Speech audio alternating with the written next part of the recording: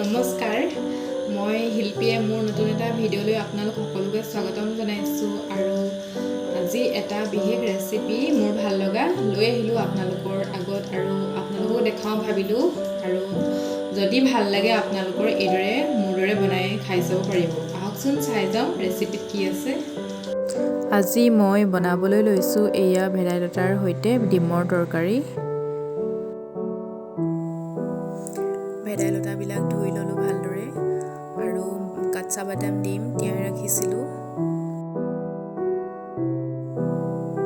এতিয়া ভেদাইলতাখিনি মিক্সিত দি ল'ম।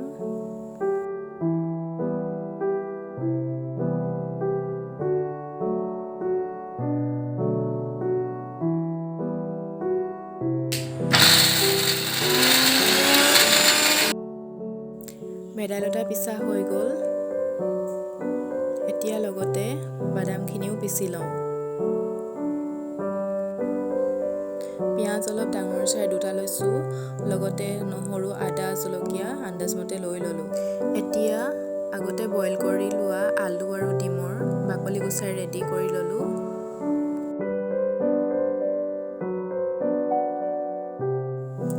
এতিয়া আলু আৰু ডিমত অলপ হালধি সানি ল'ম আৰু কেৰাহীত অলপ ৰঙা হোৱালৈকে ফ্ৰাই কৰি ল'ম।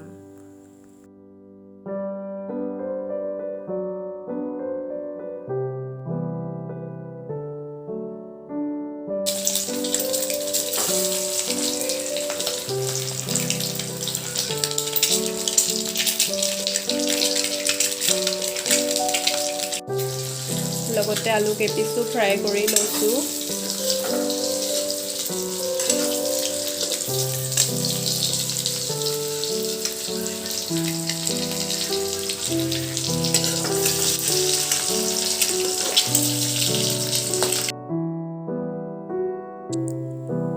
ফ্ৰাই হৈ গৈছে আৰু এতিয়া নমাই দিম। মই ৰৈ যোৱা তেলতে অলপ পাঁচফোৰণ দি দিছোঁ ইয়াত। খুন্দি লোৱা এয়া নহৰু আদা পেষ্ট ইয়াত দি দিম।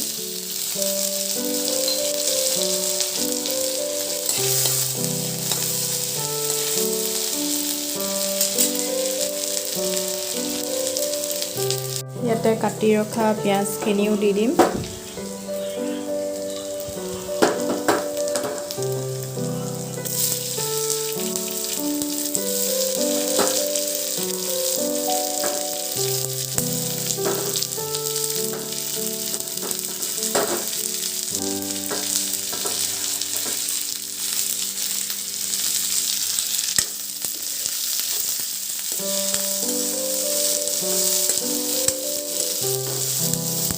ৰঙা হোৱালৈকে অলপ ভাজিব লাগিব।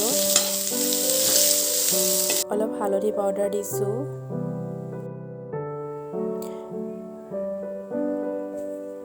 এইদৰে কিছু সময় ভাজিব লাগিব ৰঙা হোৱালৈকে।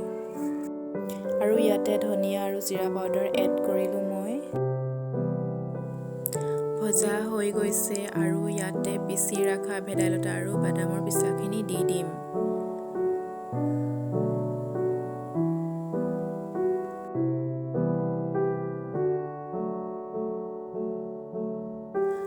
মিক্সিৰ বাতিটোত অলপ পানী মিক্স কৰি কেৰাহীত ঢালি দিম।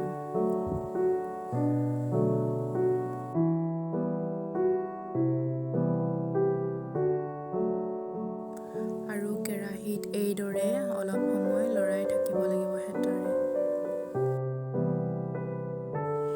এতিয়া ইয়াতে পানী দিম, অলপ বেছিকৈ দিছোঁ, পাছত শুকুৱাই দিম।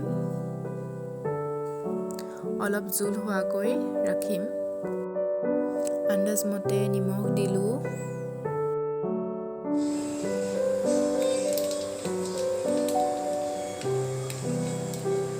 আপোনালোকে কালাৰটোৰ বাবে ৰেড চিলি পাউডাৰ এড কৰিব পাৰে। জুইটো অলপ বঢ়াই দিম আৰু 15-20 মিনিট সময় মই উতলিবলৈ দিলোঁ। পানীটো প্ৰায় শুকাইছে। জোলখিনি উতলি আছে। এতিয়া আলু কেইপিচ দি দিম আৰু লগতে ডিমো দি দিলোঁ।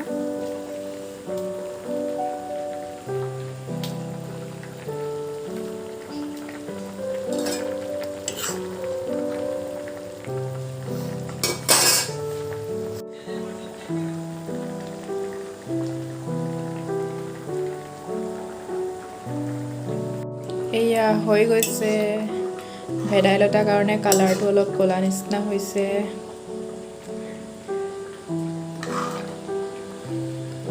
বেছি জোলটো শুকাবলৈ নিদিওঁ